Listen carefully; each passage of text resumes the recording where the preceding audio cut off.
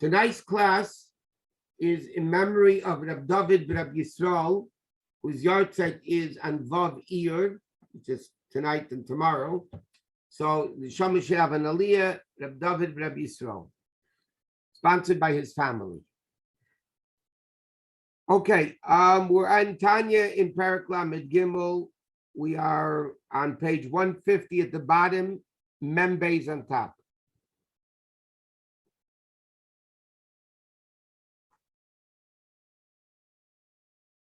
We're going to start 2, 4, 6, 7 lines to the bottom of the page. In Parak Lamed Gimel, the Alter Rebbe was saying another way a person should not get depressed when he thinks he's worthless. Because he says when a person meditates in his mind, the entire greatness of Hashem, and the way God was before the world, after the world, it's all Hashem, nothing else exists. But we learned the great line last week. So he says, it's like the ray of the sun in the sun, that it's non-existent. The world is non-existent. The only thing that exists is Hashem. Okay, that we learned last week. He says, therefore, a person should, when he realizes this, he comes to great joy. What's the joy? He realizes, look at this. I'm a real nothing, like you said, because you have to break the wood, chop it up, that the godly spark should catch it.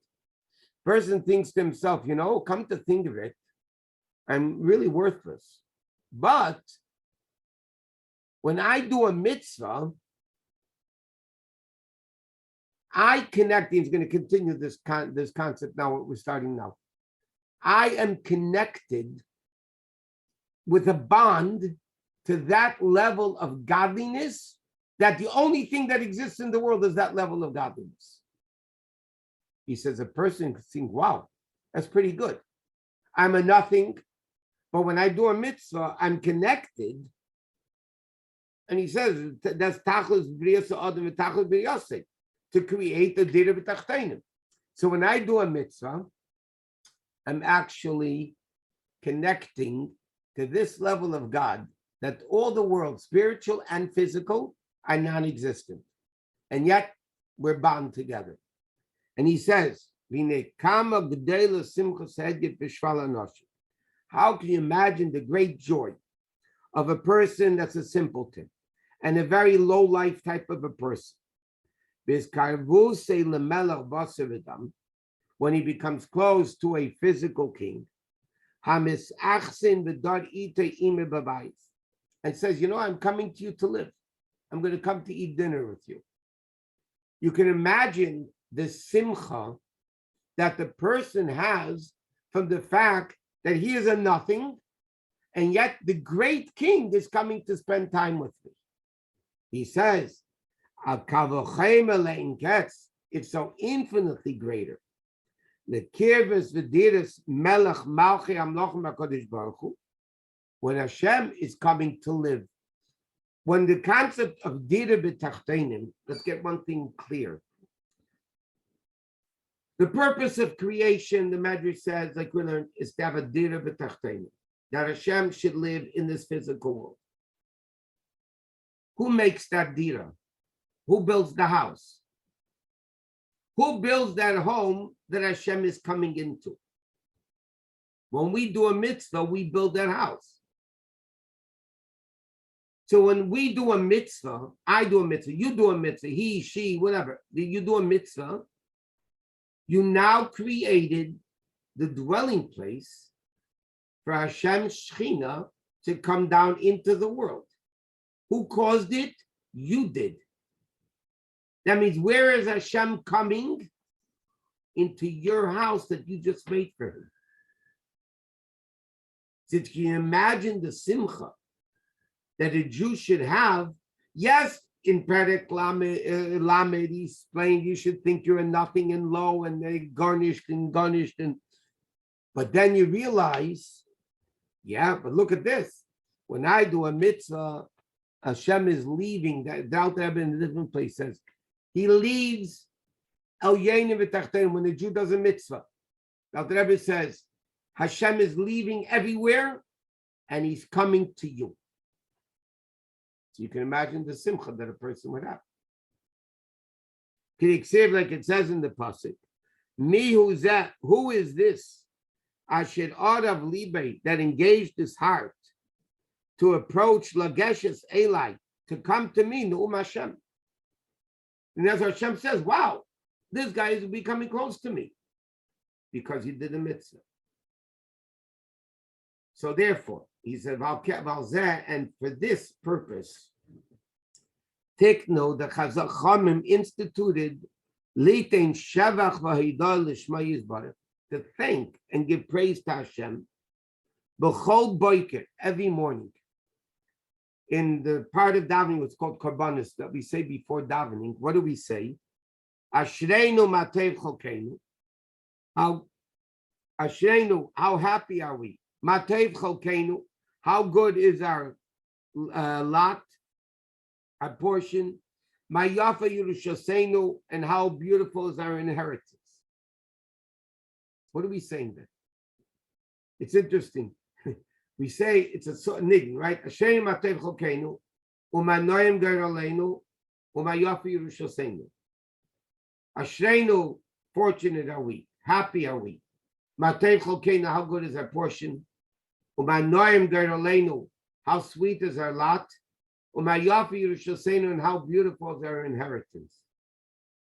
Tam in passing, Chabad Chassidim in the previous generations used to say like this: Ashreinu Matev Chokeinu, how good is our portion that we're Jews. Umanoim Geraleinu, and how beautiful is our lot that we're Chassidim. Umayafa Yerushaseinu, how fortunate is our inheritance that we're Chabad Chassidim. So Chassidim, when you verbring, would say Ashreinu Matev Chokeinu, that we're Jews. Umadoim Geraleinu, that we're Chassidim. Umayafa Yerushaseinu, we're Chabad Chassidim. That's what they used to say. So he said, but what does it mean? A Jew says, how beautiful, what inheritance is he saying? We're saying Hashem, we're praising Hashem and saying, listen, Hashem, we are so ashreinu, we are lucky, we're fortunate, we're happy. What Yerusha are we talking about? What inheritance are we talking about? So he says, what does it mean?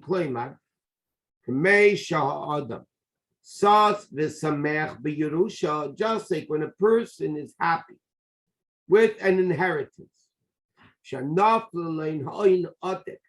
that an immense fortune fell to the person, inheritance, he didn't even work on it. What's unique about inheritance is the parent dies, the kid gets everything. He didn't even work on it. Yet he got it.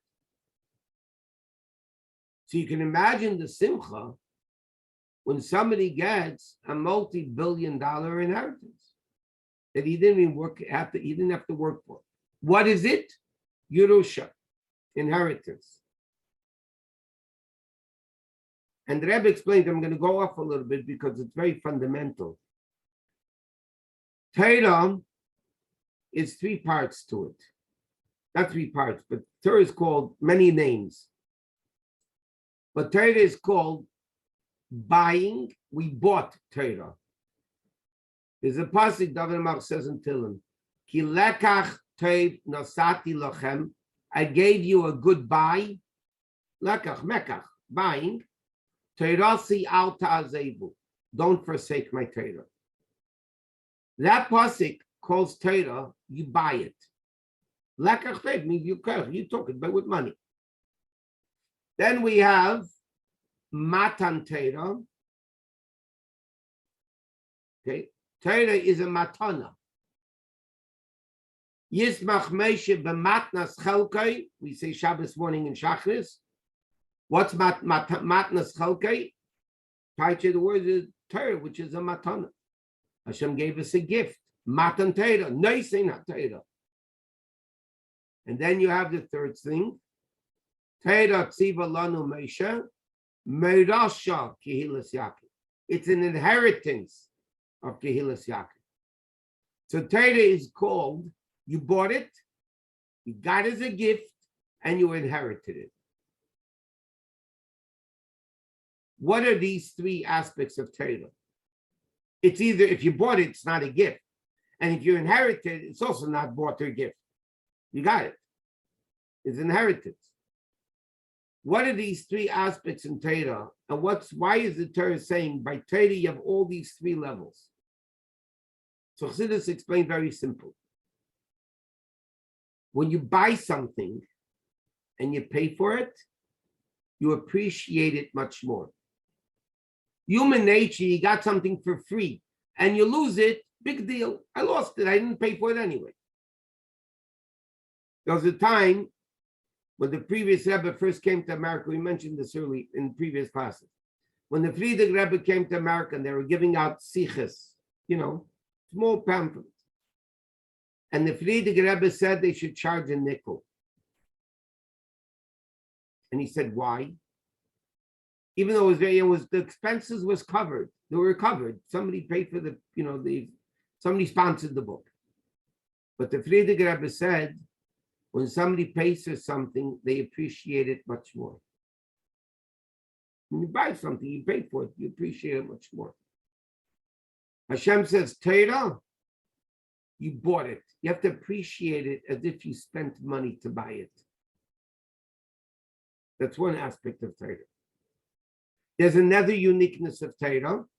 Torah is matana, a gift. What's the uniqueness of a gift? In the Gemara Bava Basra, there's an argument between Rabbi Akiva and the Chachamim. Does a person sell with a good eye or a bad eye? When you sell something, are you generous in the sale or are you cheap in the sale? For instance, I tell you an example the Gemara talks about. I sell you a house in the middle of a field. Does that automatically include the path to the house or not? If you say you sold with a good eye, so that includes the path. If not, I sold you the house, I didn't sell you the path. Okay, so by buying, not only that the different parts of the house and boats and everything, there's big arguments in that. By matana, though, every opinion says, Kol hanaisein, ba'ayin yofen naisein. If you give a gift, you give it with a good eye. Because if you don't like the person, why would you give him a gift? Selling, I have no choice. I need the money. I'm selling it to you. But I hate your guts. What's the difference? Some of you hate, you don't give a gift. Some of you like, you give a gift. So therefore, by matana, when you give a gift, the giver gives it with a good eye. What's the concept of Neisein HaTorah, Matan Torah, Matana? When Hashem gave us the Torah, He gave us with abundance. Yagdul Torah v'yadir. Hashem wants to give us a lot of schus. Hashem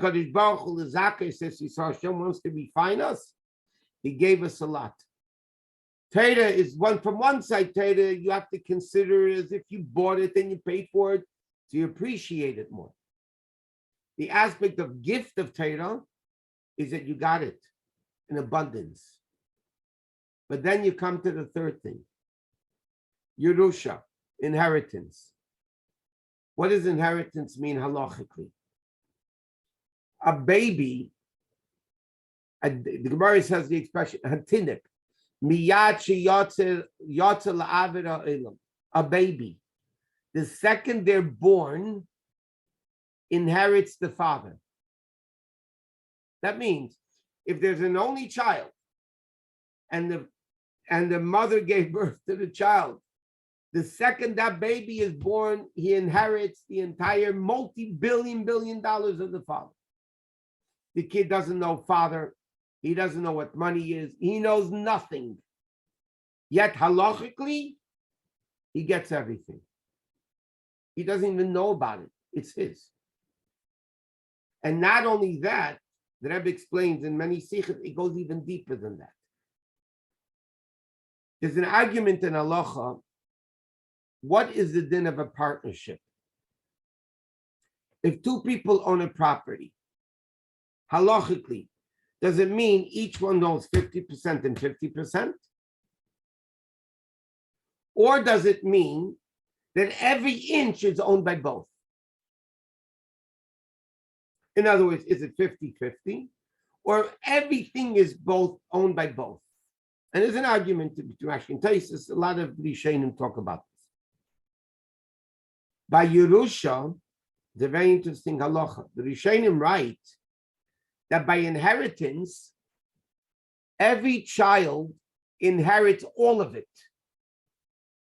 In other words, if a father died and left over 5 children, it's not that each child gets a fifth. Halachically, every child gets the entire inheritance, but practically speaking, you have to divide it into 5. But conceptually, every child inherits everything. When you say Torah is Yerusha, Meirasha Kehilas Yaakov, what does it mean Torah is Yerusha? Number one, like he says, you didn't even work for it. You are a ben, Avraham, Yitzchak, Yaakov, you converted a point halacha, you have inheritance of Torah. But what does it mean more? The Rebbe takes it a step further. The Rebbe explains that every Jew has every part of Torah. It's not that I have my part. Yes, we say the same Chalkeinu, B'Seira Sacha, give me my part, our part, but every Jew has a part of everybody else's part. Here the Alter Rebbe is saying, what's the simcha? Ashreinu Matei Chalkeinu, we're praising Hashem, and we're saying, Hashem, thank you that you gave us a good chelik, and then he said, "Vayofilu Shoseinu." How beautiful is our inheritance? What does it mean? So he says, the person gets this massive Yerusha on page 84 now on top. That he never worked and yet he got this billions of dollars, whatever. Came the Yosef, became the Enketz. This and infinitely more so than this. Yashlanu l'smeach al Yerushaseinu. We need to be happy for the inheritance. Shehinchilanu aviseinu. That our forefathers gave over as inheritance to us, with what is Yichud Hashem, the oneness of Hashem Ha'amiti, the real unity of Hashem, like he explained before. Yichud doesn't mean everything is bottled to Hashem. Yichud means there is nothing but Hashem. Asher afilu ba'aretz mitachas, even in the lowest of the lowest. Einoid mulvadai. There's nothing but Hashem. This is the dir of Tachteinim. Now, who makes this dir of Tachteinim? The Alter Rebbe just explained, we make it. You do a mitzvah, you create a dir of Tachteinim. And this ability to create the dir of Tachteinim is not something I had to work for. We got it as an inheritance from Avraham, Yitzchak, and Yaakov. Not the Shvatim, by the way. If you were from Shevet Ruvain, you had Yerusha Re'iyah. You were connected to Shimon, you have Shmiya. You have Levi accompaniment. Yehuda, submission. Ein koyrin la'avis elu l'shleisha. Avraham, Yitzchak, and Yaakov. Why are they called the Aves? Because Avraham Avinu and Yitzchak Avinu and Yaakov Avinu gave over inheritance to every single Jew. Avas Hashem, Yiras Hashem, and Tiferes, Midas HaRachamim. This is an inheritance that every Jew has. It doesn't matter if you're great, you're not great, you're young, you're old, it doesn't matter. This is a Yerusha. So he says, when a person does a mitzvah, that mitzvah, because you are a ben Avraham, Yitzchak, Yaakov, that mitzvah is a Yerusha that allows you to create dir b'tachteinim. Where dir b'tachteinim? You did it, you get first clicks, you get first part of it. That's what it says on Siddur. The one that does it gets the first chelik in it. Of course, we share it with everybody. But everybody, when they do a mitzvah, create dir b'tachteinim within themselves. He says, so the pearl,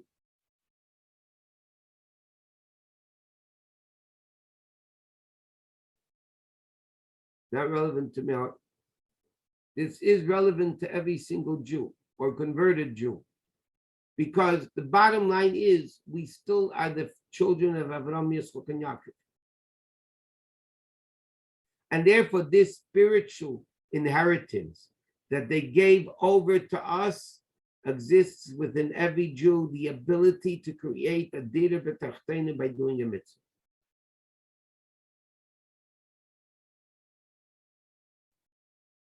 And that's what a Jew does. And therefore, Chassidus explains, we make a bracha. Before you do a mitzvah, you make a bracha.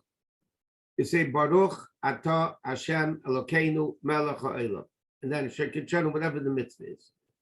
What is the introduction to every single mitzvah? Baruch Atah Hashem Elokeinu Melech HaOlam. How does Chassidus define this bracha? Now let me go back a second. Go off a little bit. Most Jews, in Chabad we don't do it, not according to the Alter Rebbe's Nusach. Most Jews, before they put on tefillin, they say what's called the Shem Yuchad Kudsha B'Rechut Shchinte. Before you do Sfira, they say the Shem Yuchad Kudsha B'Rechut Shchinte. Anytime they do a mitzvah, talis, tefillin, lulav, sukkah, whatever the mitzvah is, whatever the positive mitzvah that you make a bracha on, they say L'Shem Yuchad Kudsha B'Rechut Shchinte. To unite Kodesh Baruch Hu and their Shechina. Okay, that's what they're saying. The problem is they don't consider this, they don't know what that means, what they just said. By Chabad Chassidim, we don't say it. We say it once a day before Baruch Sha'amar. And the Rebbe Rashab says, in the Maimon, he said by the Friedrich Rebbe's Chasna, we say it once a day to verbally say it. But the truth is, they tell a story, Chassidim of the Tzemach Tzedek, once to the Kotzker, I think was Chassidim of Tzemach Tzedek. He went to the Kotzker Rebbe, and he said to them, how do you Chassidim define Baruch Atah Hashem Elokeinu Melech HaOlam? So they defined it, and I'll explain what they said. And then he said, now I know why you guys don't say L'Shem Yichud Kudsha B'Rechut. Okay? L'Shem Yichud Kudsha B'Rechut is Shchinte, okay? Means as follows. I hope we'll finish that in 6. No, we have. Okay, we'll finish it. You have like this. If you have a father and a mother, okay, and there's no unity between father and the mother, you don't create children. In order to create more, you need unities. Things come together, and then you create more. Okay, so in Chassidus, we have, when you have Chochmah and Bina, Dr. Rebbe, third parak of Tanya, when you have father and mother, Av V'Eim, Chochmah and Bina are known as the father and mother, and they give birth to Midas, to the 7 Midas that are called the children, parak Gimel of Tanya. Then you have in the Midas also male and female. Just like Chochmah is masculine and Bina is feminine, the 6 spheres, Chesed, Gvura, Tiferes, Netzach, Chod, Yesod, is called Kodesh Baruch Hu. Malchus, the last sphere, is called Shechina because it goes lower into the next world. When there's a yichud between Kodesh Baruch Hu and Shechinta, which you say, L'Shem Yichud Kusha B'Rech Hu Shechinta, what does it mean? What does it mean? They don't consider that. When you do a mitzvah, what happens? You are uniting the 6 spheres of Atzilus with Malchus. You're uniting them together through the act of the mitzvah. And that creates children, meaning that creates revelations of godliness in the world. That's why they say, L'Shem Yichud Kudsha. L'Shem, what is the purpose of the mitzvah we're doing? To make a yichud, a unity between Kodesh Baruch Hu and Shechintei, between the 6 spheres of Atzilus, Zah, and Malchus, which is called Shechina. And then when you unite the masculine and the feminine in the spiritual realm, you give birth to revelations of godliness.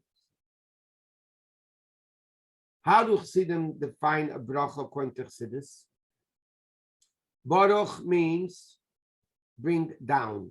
Mavrich es a geven. Vayavrich es a gemalim. It means we lower the camel. We lower the vine into wheat. Baruch means, why do you say birkayim are knees? Because when somebody kneels, they go lower. The word baruch means to bring down. Ata, you, no name. That means the way Hashem is above any names, the essence of Hashem. Remember, we learned names are the way identified the 7 names referred to the 7 midas, the way Hashem is identified with world. Ata means you, the essence. And I'll explain to why it's important to bring down the essence. And then we say the third word, Havaya, Yud-Kei Vav-Kei, which means the infinite level of God, because Yud-Kei Vav-Kei means Mahava. Yud-Kei Vav-Kei, if you play with the letters, you have Haya, Hoveh, and Yehiya in the same word. Past, present, and future simultaneously. So Yud-Kei Vav-Kei represents the creator, which is higher than creation, meaning the infinite level of God. So what are we saying when we make a bracha so far? Baruch, what am I doing with this mitzvah I'm doing?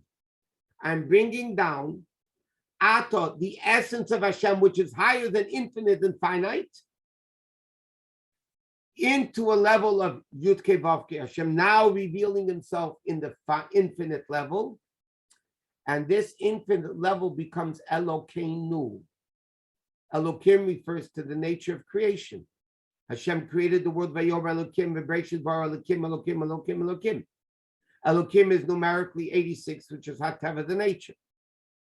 What are we saying in this bracha? Again, we're bringing down the essence of Hashem, which is higher than infinite and finite, that it should come down into the infinite level of Yud-Kei Vav-Kei, and that it becomes Elokim, the limited finite level. It comes into the finite world.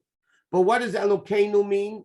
Chassidus explains, my God, it's one with me. It's not Stam, a God. Elokeinu means it's mine. That means this Ata, this above, because you need above infinite to connect infinite with finite. So what are we saying? We're bringing down, when we do a mitzvah, we're bringing down the essence of Hashem, which is above everything. And this essence makes the Yud-Kei Vav-Kei, the infinite level of godliness, come into Elokeinu, into the finite level of our nature, our existence. By coming down to us, Dira B'Tachtenim becomes Melech HaIlam. We bring it through us into the rest of the world. So the whole world has this level of godliness. That's exactly what the Shem Yichud is.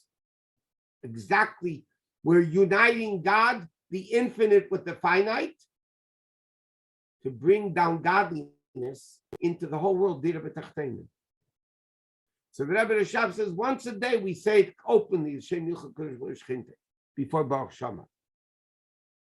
What the Rebbe is saying over here, when a Jew does a mitzvah, they are revealing that Dira B'Tachtenim, Dira to the essence of Hashem. Dwelling place of Hashem doesn't mean where Hashem is revealed. It means where the essence is. Because when a person's home, you see who they really are. Their essence is revealed at home. All the other places, it's a show.